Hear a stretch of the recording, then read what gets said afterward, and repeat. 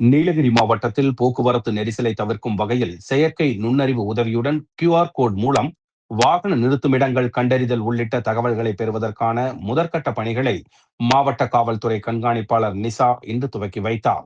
நீலகிரி மாவட்டத்திற்கு ஆண்டுதோறும் 30 லட்சத்திற்கும் மேற்பட்ட சுற்றுலா பயணிகள் வருகின்றனர். குறிப்பாக கோடை சீசனான ஏப்ரல் மே மாதங்களிலும், இரண்டாவது சீசனான செப்டம்பர் அக்டோபர் நவம்பர் மாதங்களிலும், தொடர் விடுமுறை நாட்களிலும் அதிக அளவில் சுற்றுலா பயணிகள் வருகின்றனர். சுற்றுலா பயணிகளின் வருகை அதிகரிக்கும் பொழுது கடும் போக்குவரத்து நெரிசல் ஏற்படுகின்றது. இதனால் சுற்றுலா பயணிகள் மட்டுமின்றி உள்ளூர் மக்களும் பாதிக்கப்படுகின்றனர்.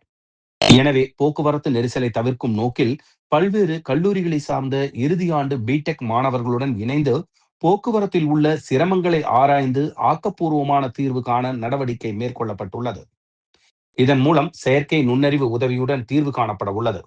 கியூஆர் கோடு மூலம் வாகன நிறுத்தும் இடங்களை கண்டறிதல், வாகனத்தின் நம்பர் பிளேட் செய்வதன் மூலம் நுழைவு மற்றும் வெளியேறுதலை கண்டறிதல், போக்குவரத்து நெரிசல் குறித்த தகவல்களை பெறுதல் உள்ளிட்ட வசதிகளை ஏற்படுத்த உள்ளது. இதற்கான முதற்கட்ட பணிகள் இன்று துவங்கியது. இதனை நீலகிரி மாவட்ட காவல் கண்காணிப்பாளர் NS நிசா துவக்கி வைத்தார்.